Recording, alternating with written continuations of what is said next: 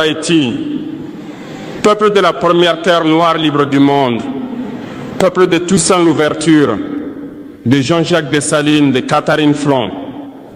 Aujourd'hui, c'est avec une émotion profonde que je me tiens ici devant vous. Je ne suis pas venu comme un chef d'État étranger. Je suis venu comme un frère, comme un fils d'Afrique venu saluer les premiers enfants qui ont brisé leurs chaînes. Haïti, ton nom résonne comme un cri de liberté dans le cœur de chaque Africain conscient. Tu as été la première nation à dire au monde, non, nous ne sommes pas des esclaves, non, nous ne sommes pas des objets, nous sommes des hommes libres. Et ce jour-là, mes frères, mes sœurs, tu as ouvert la voie à tous les peuples opprimés du monde. Oui, avant même que beaucoup d'Africains n'osent rêver de liberté, Haïti l'a vécu. Avant que le mot indépendance ne prenne sens sur nos terres, Haïti l'avait déjà écrite avec le sang de ses fils et de ses filles. Et pourtant, 2 siècles plus tard, le monde tente encore d'humilier Haïti. On la montre du doigt, on la salit, on la fait souffrir. Parce que Haïti leur rappelle une vérité insupportable. Le peuple noir s'est libéré sans permission. Haïti, toi qui as brisé les chaînes de fer, on t'a ensuite entouré de chaînes invisibles.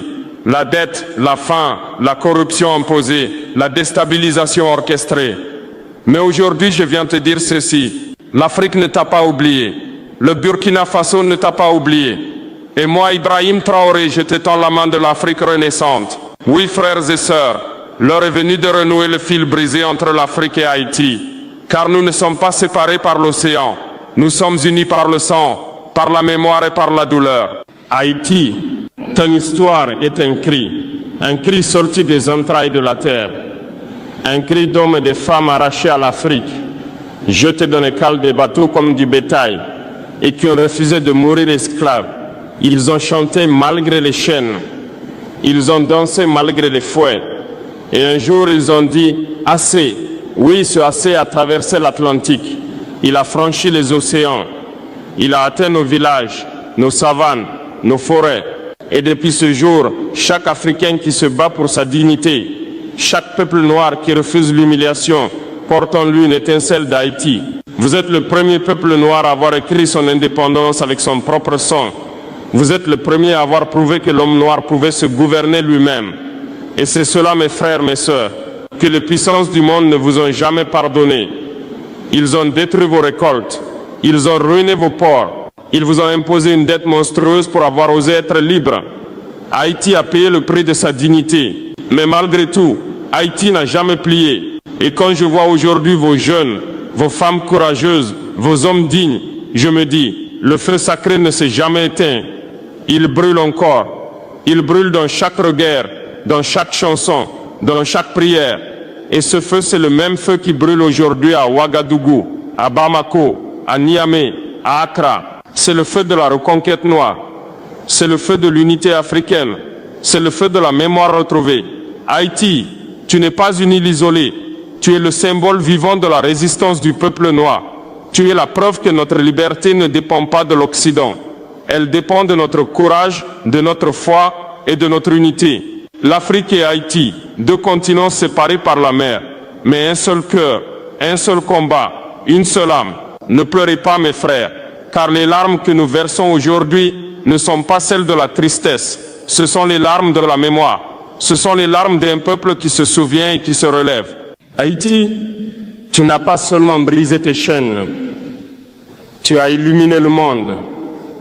Quand Toussaint Louverture a levé son regard vers le ciel et dit « Nous avons juré de vivre libre ou de mourir », le monde entier a tremblé.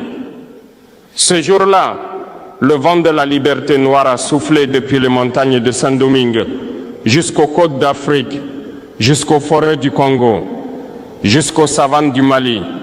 Tu as montré que le courage pouvait vaincre les canons, que la volonté pouvait renverser les empires. Et toi, Toussaint Louverture, prisonnier, mais jamais soumis, captif, mais toujours debout, mort enchaîné, mais immortel dans le cœur de ton peuple. Ces noms, ces visages, ces destins, ce sont les fondations de la dignité noire. Ce ne sont pas seulement des héros haïtiens, ce sont nos ancêtres communs, des lumières éternelles, qui ont tracé la route pour toute l'humanité. Quand je marche dans les rues de Ouagadougou, quand je parle à mes jeunes frères du Burkina, je leur dis souvenez-vous de Toussaint Louverture, souvenez-vous de Dessalines, souvenez-vous d'Haïti, car sans Haïti, la liberté africaine n'aurait pas eu de flamme pour commencer. Oui, frères et sœurs d'Haïti, vous avez porté la torche et aujourd'hui l'Afrique la reprend. Le Burkina Faso, le Mali, le Niger, ces nations africaines qui se lèvent aujourd'hui se souviennent de vous. Nous suivons votre exemple. Nous marchons sur vos traces. Nous reprenons le flambeau de la libération noire. Haïti a été le phare du monde noir. Et ce phare ne doit plus jamais s'éteindre.